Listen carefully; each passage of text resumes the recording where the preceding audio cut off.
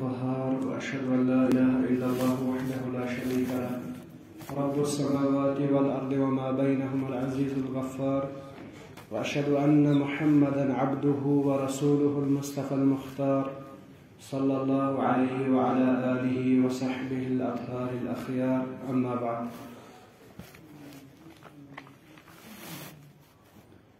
کتاب التوحید درس نمبر 28. اس سے پہلے 27 درس ہو چکے ہیں. پچھلا جو باب تھا، پچھلا جو چیپٹر تھا وہ اس کے متعلق گزرا. من الشرک ان یستغیث بغیر اللہ او یدعو غیرہ.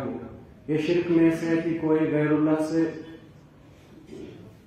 مدد مانگے، مصیبت کے وقت مدد مانگے یا عمومی طور اس سے دعا کرے.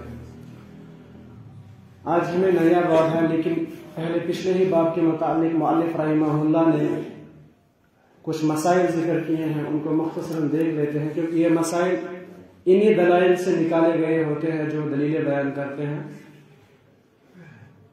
اور کبھی کبھار باریک چیزیں بھی ہوتی ہیں.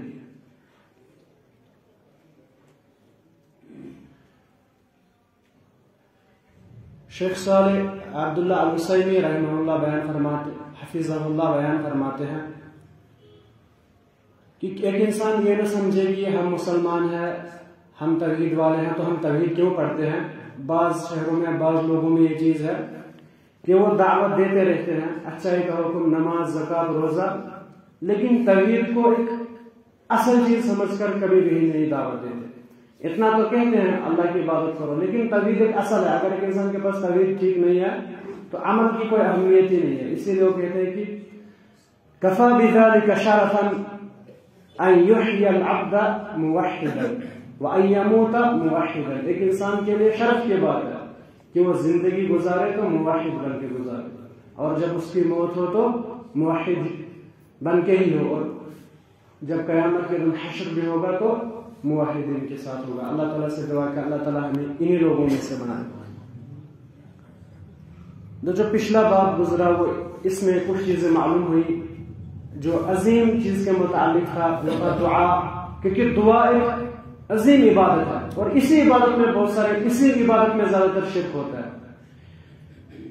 حضرت عائشہ رضی اللہ عنہ سے روایت ہے، حدیث میں آئے کہ وہ بیان کرتے ہیں کہ ہمیشہ اللہ سے مانگا کرو، اگرچہ آپ کے جوتے کے تسمے بھی کٹ جائے نا وہ بھی اللہ تعالیٰ سے مانگو. وہ الگ بات ہے کہ ایک انسان جب کسی کو دیتا ہے، جب اس کی طاقت ہوتی ہے، جیسے کوئی مسکین آ جاتا ہے تو ایک امیر آدمی، ایک پیسے والا آدمی اسے وہ پیسے دیتا ہے، لیکن وہ ایک سبب ہوتا ہے. اصل اللہ تعالیٰ اس کا وہ ایک انسان کو دیتا ہے، وہ ایک سبب بنتا ہے وہ آدمی جو اس کو کھلاتا ہے، ورنہ رزق کس کے ہاتھ میں ہے؟ اللہ تعالیٰ کے ہاتھ میں ہے. اسی لیے عمر بن خطاب رضی اللہ عنہ بیان کرتے تھے کہ دعا کرنا میرا کام ہے، مجھے اس کی فکر نہیں ہے اللہ تعالیٰ قبول کرے نہ کرے، وہ تو اس کا کام ہے، لیکن میں دعا کروں گا. اور جب ایک انسان دعا کرتا ہے وہ ضائع نہیں ہوتی ہے. جیسے کہ حدیث میں ہے کہ ایک انسان جب دعا کرتا ہے یا تو اس کو قبول ہو جاتی ہے اور فوراً وہ چیز اسے دی جاتی ہے، اگر نہیں یا تو پھر اس سے کوئی ایسی مصیبت دور کر دی جاتی ہے جو اسے آنے والے ہوتی ہے. اگر یہ بھی نہیں تو اللہ تعالیٰ ضرور اس دعا کو اٹھا کے رکھے کہ قیامت کے دن اس کا بدلہ دیں گا. اسی لیے عبداللہ بن عباس فرماتے تھے اس آیت کے متعلق وَقَالَ رَبُّكُمْ ادْعُونِي أَسْتَجِبْ لَكُمْ. اللہ تعالیٰ کہتے ہیں کہ مجھے پکارو میں جواب دوں گا. وہ کہتے تھے میرے نزدیک دعا سب سے عظیم عبادت ہے. اسی لیے نبی صلی اللہ علیہ وسلم نے بھی بیان کیا کہ دعا مومن کا ہتھیار ہے. اسی لیے یہ بہترین عبادت ہے جو خالص اللہ تعالیٰ کے لیے ہونی چاہیے. تو اسی کے متعلق مؤلف رحمہ اللہ نے اس باب میں پہلی چیزیں بیان کی کہ عام چیز کو خاص پر عطف کر سکتے ہیں. یہ ان کو سمجھ میں آئے گا جو طلاب علم ہے، جیسے اللہ تعالیٰ نے بیان کیا قرآن کریم میں یا ایھا الذین آمنوا ارکعوا واسجدوا واعبدوا. اے ایمان والو رکوع کرو، سجدہ کرو اور عبادت کرو، جبکہ رکوع اور سجدہ بھی عبادت ہے. اسی طرح سے اس میں بھی ہوا ہے. تو دوسری عظیم چیز معلوم ہوئی ہمیں کہ یہ تمام چیزیں اگر ایک انسان غیر اللہ کے لیے ایسی عبادت صرف کرتا ہے، جیسے شیخ عبد الرحمن السعدی بیان کرتے ہیں کہ ایک انسان یہ خلاصہ سمجھ لے ان من صرف شيئا من العبادة لغير الله فهو مشرك. جو بھی عبادت جس پر اللہ تعالیٰ قادر ہے، اگر وہ ایک انسان غیر اللہ کے لیے صرف کرتا ہے بس مشرک ہے. تو یہی اس باب سے ہمیں معلوم ہوا. اسی طرح سے اس باب سے بھی معلوم ہوا ان اصلح الناس لو يفعله ارضاء لغیره، اگر عظیم سے عظیم انسان بھی اگر غیر اللہ کے لیے کوئی کام کرتا ہے صار من الظالمین، وہ بھی ظالموں میں سے بن جاتا ہے. اللہ تعالیٰ نے نبی صلی اللہ علیہ وسلم کو کہا. اسی طرح سے کون ذلك لا ينفع في الدنيا مع كونه كفرا، اگر ایک انسان غیر اللہ کو پوچھتا ہے دنیا میں اسے بالکل بھی اس کا کوئی فائدہ نہیں، وہ تو گمراہ ہے اور آخرت میں بھی اسے نقصان ہی نقصان. اور پچھلے باب کے خلاصے میں سے یہ بھی ہے کہ ان طلب الرزق لا ينبغي الا من اللہ، رزق طلب کرنا، رزق مانگنا ممکن ہی نہیں ہے اور کسی سے، وہ صرف اللہ ہی دے سکتا ہے. کما ان الجنت لا تطلب الا منه، جیسے کہ جنت ہے وہ بھی ایک انسان اللہ سے ہی طلب کر سکتا ہے. اسی لیے اللہ کے نبی صلی اللہ علیہ وسلم نے بیان کیا انما انا قاسم واللہ معطی، میں تو بس تقسیم کرتا ہوں، جب میرے پاس کوئی چیز آتی ہے میں تو دیتا ہوں، لیکن میں تو تقسیم کرنے والا ہوں، اصل دینے والا کون ہے؟ اللہ تعالیٰ. اسی طرح سے انہ لا اضل ممن دعا غیر اللہ، اس آدمی سے گمراہ ہے ہی نہیں کوئی جو غیر اللہ کو پکارتا، سب سے گمراہ انسان. کیونکہ سورہ احقاف میں اللہ تعالیٰ نے بیان کیا ومن اضل ممن يدعو من دون اللہ، کون ہے اس سے بڑھ کر گمراہ جو غیر اللہ کو پکارتا ہے.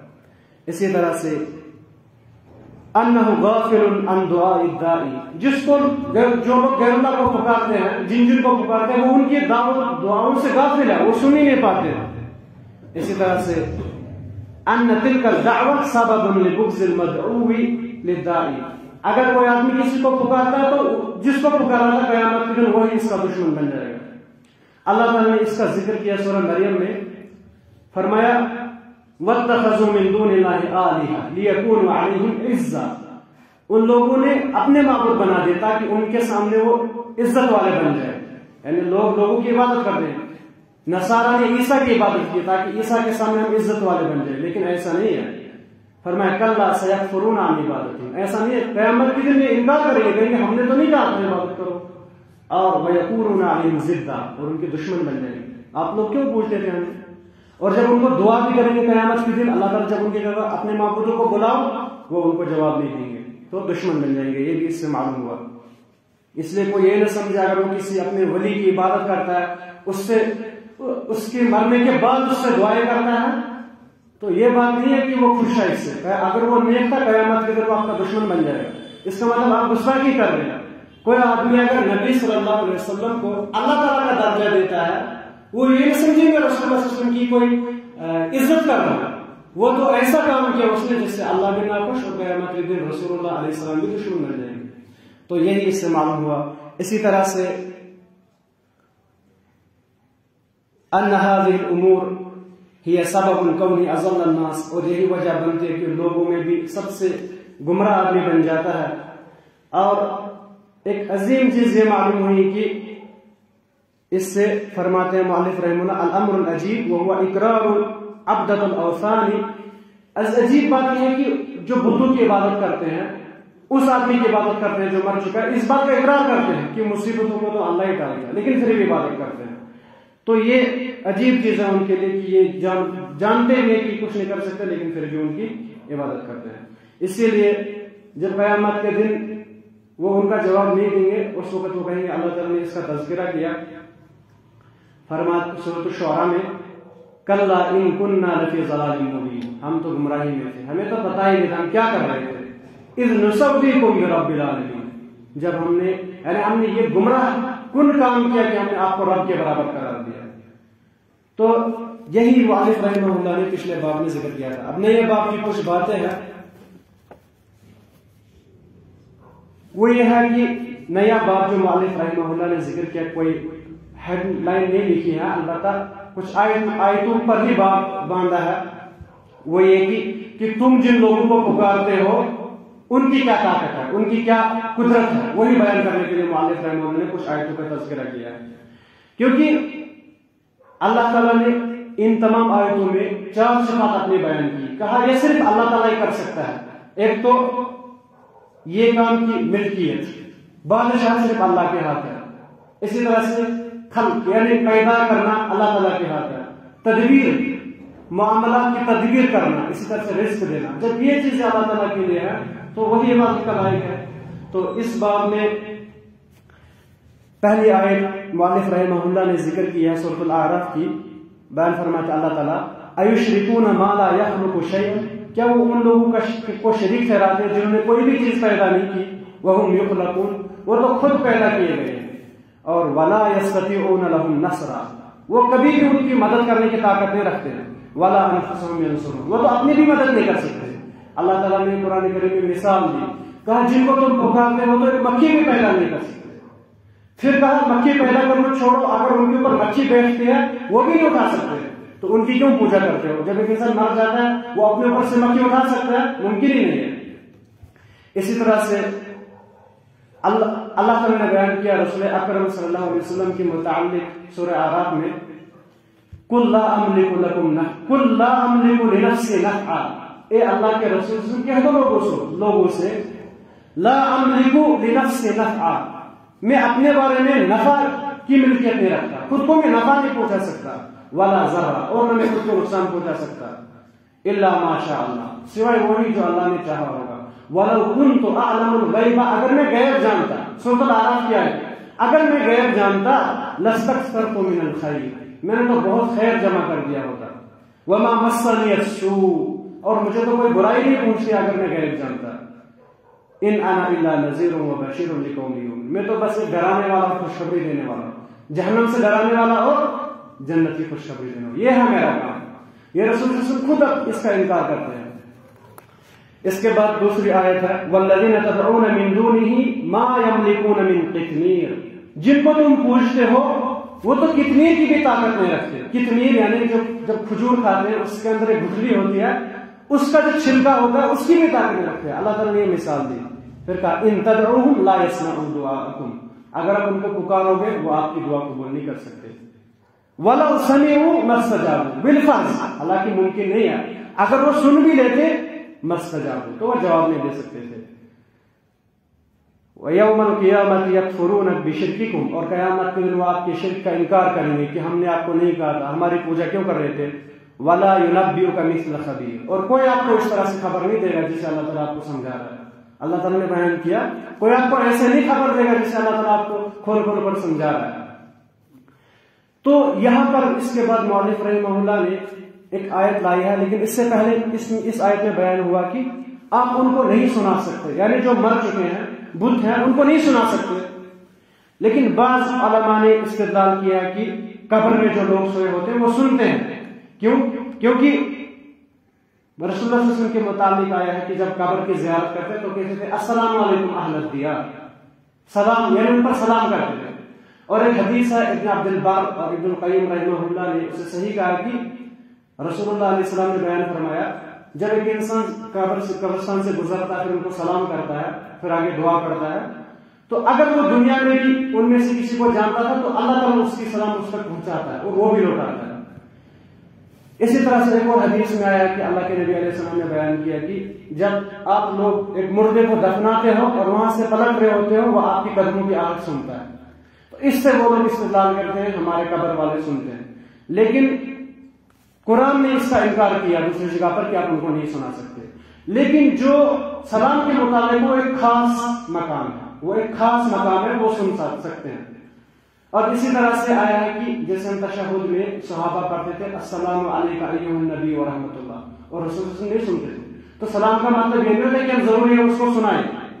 آج بھی ہم کہتے ہیں السلام علیکم ایھا النبی، کیا رسول اللہ سن رہے ہیں؟ نہیں، اللہ تعالیٰ ان تک پہنچا رہے ہیں. اسی طرح سے اس سے عظیم چیز یہی معلوم ہوئی کہ مردوں کو سنانا ایک انسان کا کام نہیں ہے سوائے اللہ کی اللہ تعالیٰ جب ان تک کوئی سلام پہنچائے.